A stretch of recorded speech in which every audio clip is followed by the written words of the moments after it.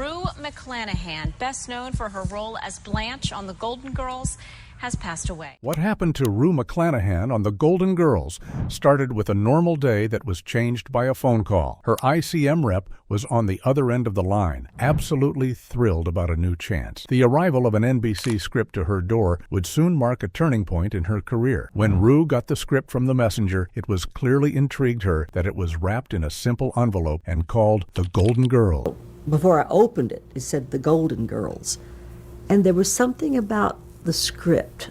Suddenly, Rue felt excited because she thought that the pages she was holding could lead to huge praise. Opportunities galore. Rue leapt right into the story and fell in love with Blanche's character right away. Immediately, she called her agent and told him she wanted to try out for Blanche. Betty White was more likely to get the part, though, according to her director. Suggested that Rue think about playing Rose instead. Even though Rue wasn't sure if she could embody Rose, she was eager to be a part of this exciting show. At the interview, the director, Jay Sandrich, asked Rue to do something totally out of the ordinary. Despite not having studied, he asked her to read for Blanche. Ever flexible, Rue agreed, and her unplanned act was great, which clearly impressed Sandrich. Later, Susan Harris called Rue, the show's author, who needed to ask for another favor. Although B. Arthur had been hesitant, she needed Rue to get her to join the group as Dorothy. Feeling hesitant, B. thought the show might be a repeat of parts she had already played. To her relief, Rue told her that this time the players would interact differently. Having B. involved became very important. With her sharp wit and small size, Estelle Getty, who was cast as Sophia after a great performance in a play, finished the group. Get serious. Just look at the facts. Blanche is a man-crazy, glamorous, extremely sexy and successful with men Southern belle from Atlanta, Georgia. And I'm not from Atlanta. Which was funny when compared to B's dominating present. The auditions for The Golden Girls were held all over New York and Los Angeles, and a huge number of women were considered for the parts. Ultimately, Rue, Betty, B, and Estelle were the right mix of ability and chemistry for the directors. This great pairing of players led to a memorable tryout in front of NBC executives, where their portrayal won their approval completely. Additionally, Elaine Stritch was also vying for a part. Despite having a strong stage personality, she almost ruined her chances by pressing on adding swear words to her performance script, somewhat that the makers strongly advised against. They wanted the actors' personal styles to stay true to the roles they had created. I didn't think I brought any. I thought I was, Not true. She brings a lot to her, a lot of herself. I thought I was Miss Sophisticated, and all that, and then I find there's an awful lot of Rose in Betty that I didn't know existed. The women weren't exactly like their roles as the show went on. Rumor had it that Rue and Blanche were not exactly the same. Noted that her character was showy and lively, qualities that were emphasized to make the joke funnier. Betty was the smartest person in the group, and she gave Rose, who was otherwise ignorant and overly hopeful, more depth. Along with finding important parts that would shape their careers, the actors produced a beloved show called The Golden Girls, which viewers loved for its humor, warmth, and the real connection between its stars. Aside from some initial worries about typecasting, the casting turned out to be a happy accident that brought out the best in each actor, keeping the show's status as a classic in the history of TV. Final curtain, Rue McClanahan, a beloved NBC employee, died at the age of 76. Rue was recognized for her wit, charm, and lively personality, and she was called America's beloved beauty. Somewhat later in life, at age 51, she became famous when she played one of the main characters on the hit TV show The Golden Girls. Her image of a lively and active woman who was always looking for love made her very famous, just like the character she played. Unfortunately, Rue had a lot of health problems, some of which were life-threatening. This was despite her success and positive attitude. People who knew her well saw how hard it was for her and how often she had to go to the hospital because she was uncomfortable and in pain. Sometimes her health problems were so bad that it seemed unlikely that she would make it. Luckily, she was able to get through these problems more than once. Didn't hold forever. Rue McClanahan passed away at New York Presbyterian Hospital on June 3, 2010. Calming effect.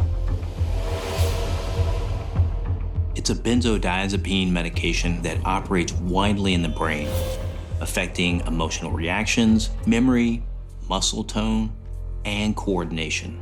Reports say she died of a stroke, which is usually caused by a blood clot in the brain. Rue was taking warfarin, a strong drug meant to avoid blood clots, at the time of her stroke, which makes the circumstances of her sudden death more mysterious. After she had died, Rue went to the B. Arthur Memorial at New York's Majestic Theater. Although Rue had worked with B on both Maude and The Golden Girls, she was still asked to talk. Her playful personality shone through as she told funny stories and showed no signs of getting older or having health problems. In the meantime, Rue was also happy with her sixth husband, Morrow Wilson, representing her longest and possibly best marriage. Although Rue looked great in public, her health was always a worry. Her busy lifestyle lowers the chance of health problems like strokes, especially in older people. Publicly, she looked healthy and strong, but her own health problems made things even more confusing when trying to figure out how she died so quickly. Growing up in a simple home, Rue was born in 1934 in Helton, Oklahoma, and was the first child in her family. Within her new community of Ardmore, Oklahoma, she quickly became well-liked by her classmates. After giving birth to their son Mark, her first marriage to actor Tom Bish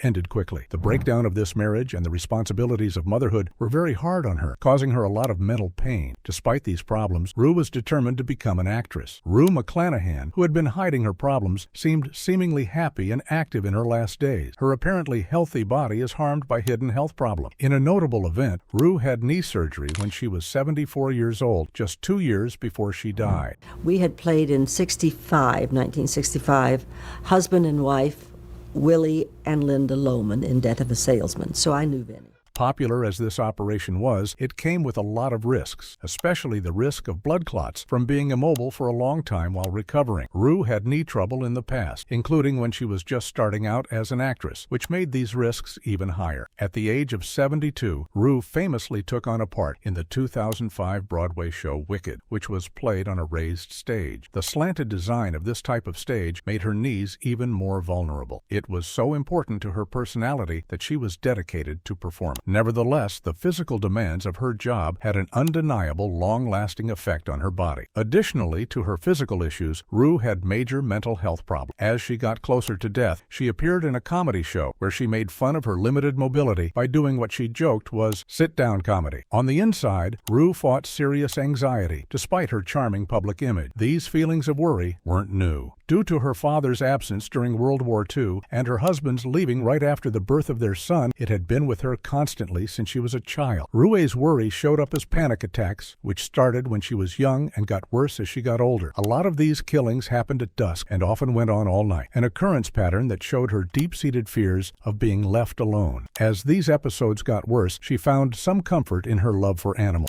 I'm Rue McClanahan with People for the Ethical Treatment of Animals, encouraging you to use your voice to stop animal suffering. Rue was very dedicated to her companion animal. Furthermore, her relationships with animals probably helped her feel better when she was feeling anxious. Regrettably, her situation needed medical help, which included orders for strong drugs like lorazepam, which helped her control her symptoms by relaxing her nervous system. She needed this medicine to control the severe anxiety attacks that were making her blood pressure go up, which could raise her risk of having a stroke. And I can see that her doctors put her on a very powerful drug called warfarin, which first came into commercial use in 1948 as a rat poison.